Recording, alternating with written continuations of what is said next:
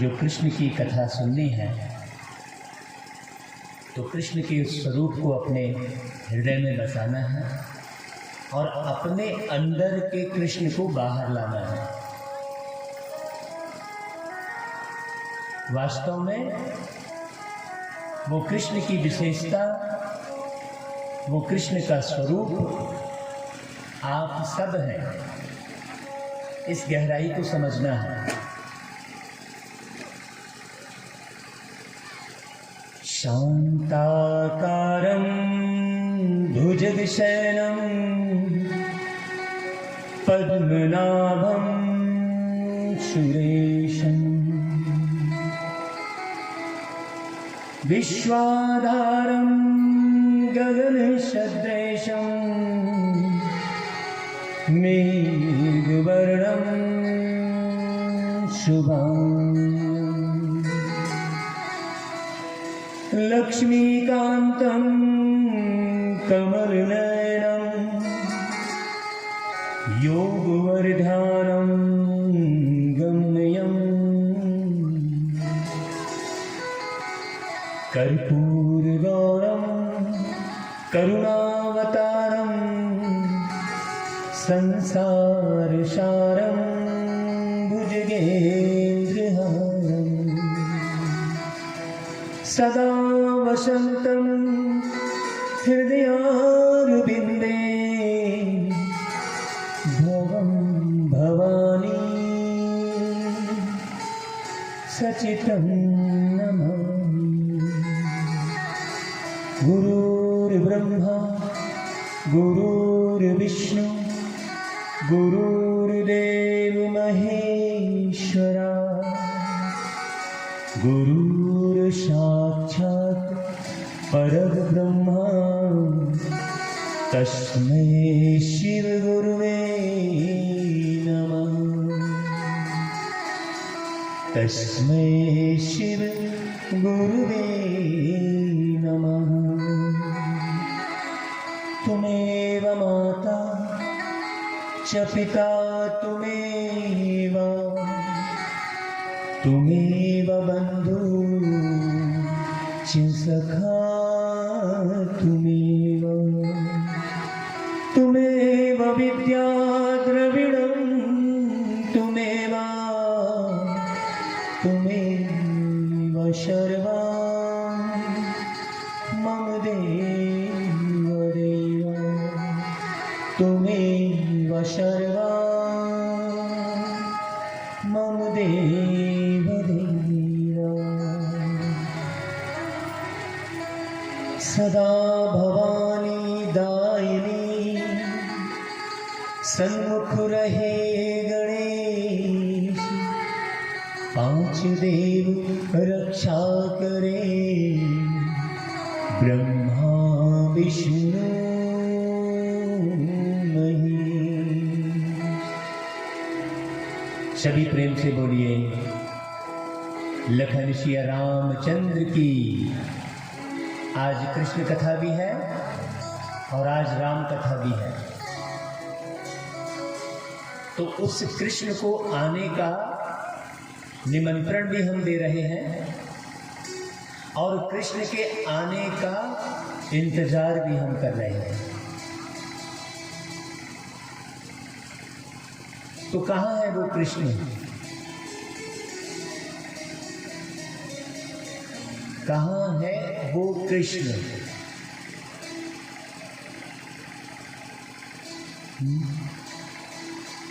जिसे हम श्याम भी कहते हैं और सुंदर भी कहते हैं। श्याम अर्थात काला, श्याम का मतलब काला, और सुंदर माने गोरा। तो एक व्यक्ति काला भी और गोरा भी ऐसे कैसे हो सकता है? कैसे हो सकता है? या तो काला होगा या तो गोरा होगा। तो इस श्याम सुंदर का क्या रहस्य है? फिर कृष्ण को माखन चोर भी कहते हैं और वो घर घर में जाके माखन चोरी करता है, ये भी दिखाते हैं।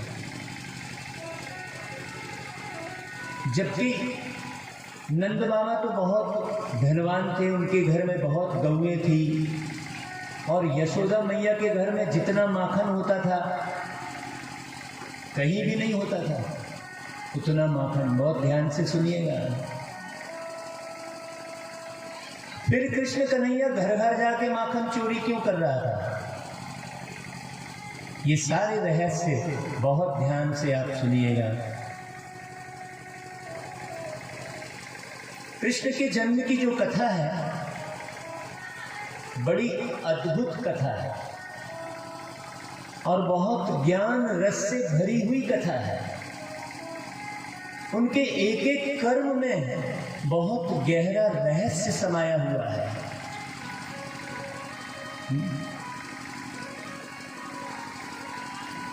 उनके एक एक बोल में बहुत राज है। हमें बहुत बारीकी से समझना होगा उसको। जब हम कृष्ण की कथा को अच्छी तरह से समझ लेंगे तो हम सब कृष्ण जी की तरह द्वारकाधीश बन जाएंगे।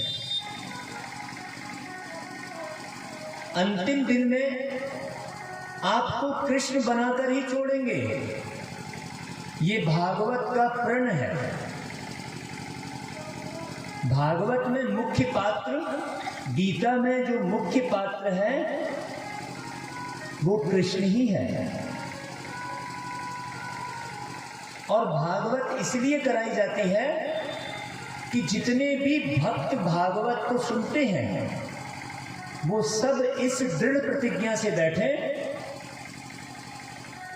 कि जो 7वें दिन सुदामा और कृष्ण की कथा सुनाई जाती है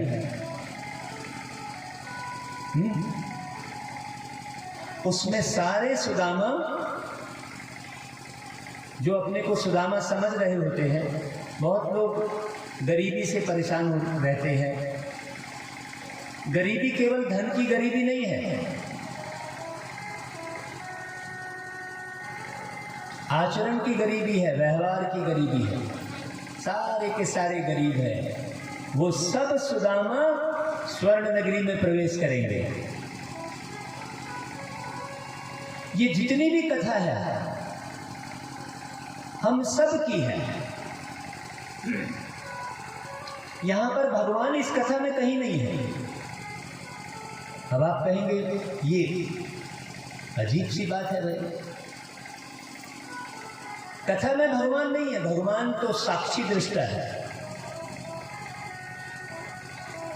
भगवान इस कथा के माध्यम से अपने बच्चों को, वास्तव में प्रत्येक बच्चों को राम और कृष्ण बनाना चाहता है।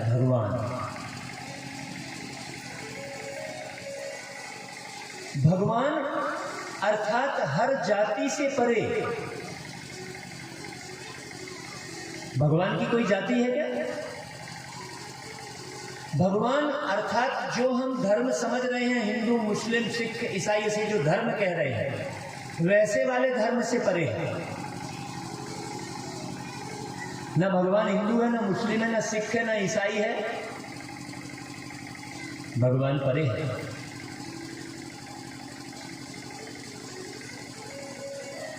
कृष्ण बनने के लिए हमें भगवान को अच्छी रीति समझना अनिवार्य है।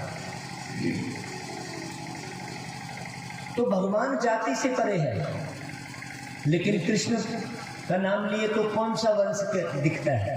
कृष्ण कौन से वंश के थे? किनको मालूम है? माइक जरा तैयार रखेंगे, माइक वाले भैया। कृष्ण कौन से जाति के थे, कौन से वंश के थे?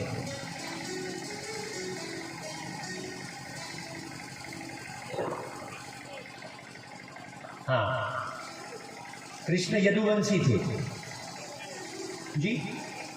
हाँ बताइए। वंश। कौन से वंश? वृष्णि वंश। यदुवंशी भी कहते हैं ना, यादव, ग्वाला थे। हाँ, मतलब जाति से जुड़े हैं ना, लेकिन भगवान तो जाति से परे हैं। राम यदि कहते हैं तो कौन सी जाति का बोध हो रहा है? हम बैठे हैं भागवत सुनने, भगवान के बारे में पूरा जाने। राम यदि कह रहे हैं तो कौन सी जाति का बोध हो रहा है? क्षत्रिय वंश। इसी प्रकार लेकिन यदि हम शिव कहते हैं, भाई भगवान उसे कहेंगे, परमात्मा उसे कहेंगे जिसके ऊपर कोई बाप नहीं है। कृष्ण जी के तो पिता हैं, कृष्ण जी के जन्म देने वाली पिता, जन्म देने वाली माँ का नाम है। रामचंद्र जी के पिता हैं, जन्म देने वाली माँ है। लेकिन शिव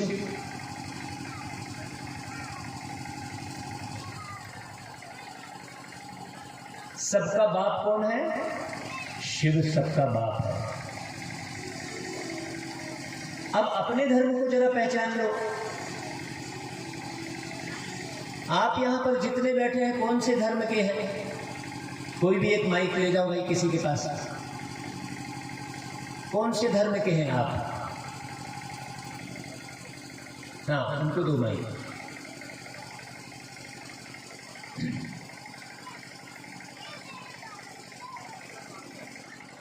सनातन धर्म। सनातन धर्म कौन सा? सनातन धर्म है हिंदू। सनातन हिंदू धर्म है ना। कृष्ण जी को देवता कहते हैं, रामचंद्र जी को देवता कहते हैं।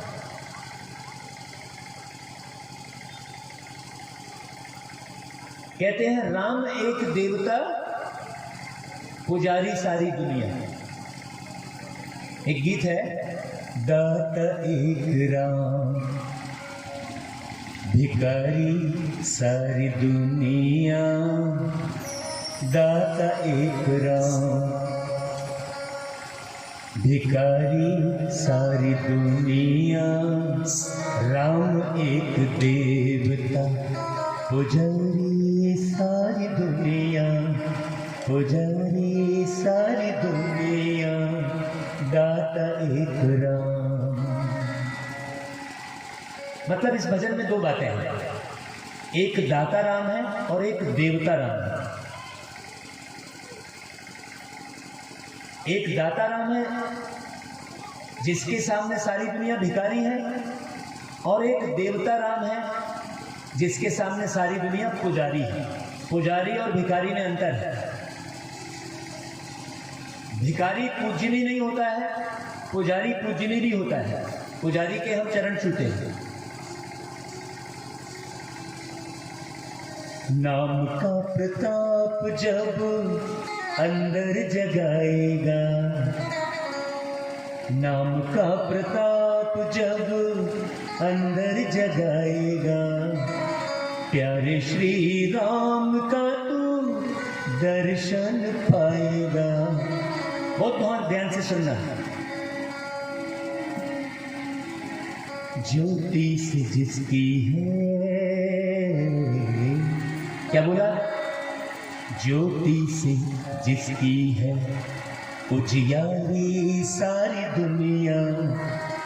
उजियारी सारी दुनिया, दाता एक राम, भिखारी सारी दुनिया। दाता एक राम। द्वारे पे उसके जाके कोई भी पुकारता,